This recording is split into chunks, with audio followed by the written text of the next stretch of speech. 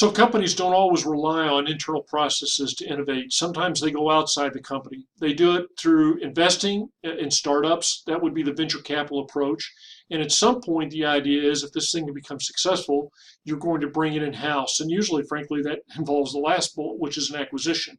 In all cases where we talk about external innovation, it has the same big risk that internal innovation has, which is organ rejection by the rest of the corporation.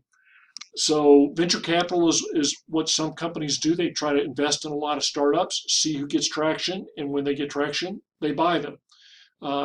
Some companies are doing innovation through alliances. We talked about that.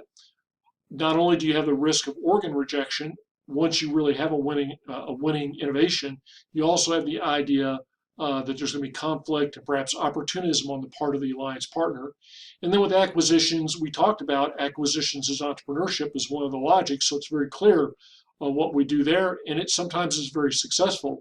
Obviously, Android, the operating system that powers all the phones that Google provides that software for all the different Android makers, if you will. Android was an acquisition by Apple, so it can be, by Google, so it can be very successful. There is the fear, though, that if you're always alliancing and acquiring your new innovations, that you lose the muscle memory, if you will, to do your own innovation. But again, the number one problem with all of these ideas is organ rejection by the rest of the organization.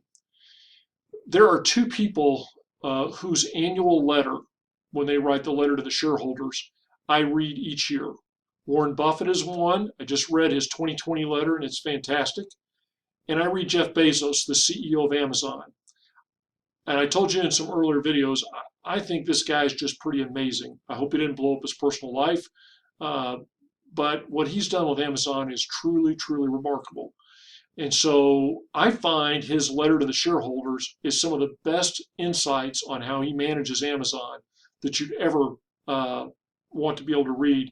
A couple of years ago, he talked about innovation in Amazon, and I thought he had some great comments. He called failure and innovation inseparable twins. If you're a perfectionist like me, the idea of failure is just like the worst taste in the mouth. But the reality is, if you're going to try new stuff, it's not all going to work out. And he talked about the Fire phone, which, remember, a lot of you probably don't even remember, Amazon tried to get into the smartphone business and it didn't go so well with their Fire phone. But he talked about how that some of the things they learned through the Fire phone became really essential to them as they developed the Echo and Alexa. And again, the Alexa is a great idea of what I would consider to be radical innovation. What customer was asking for Alexa? Nobody. They just knew that it could be done. He also made the point that in business, you have to take big risks, and big winners pay for lots of failures, lots of losers. And so that's a part of the game, is that when you get it right, the payoff can be huge. And I love the way that he described decision making. And this gets into, remember we talked about bureaucracies are too slow and they become too risk averse?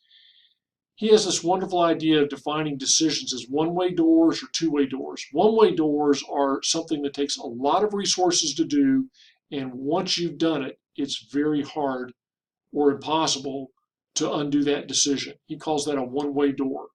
He says when it comes to one-way door decisions, yes, make them very methodically, very slowly, very carefully.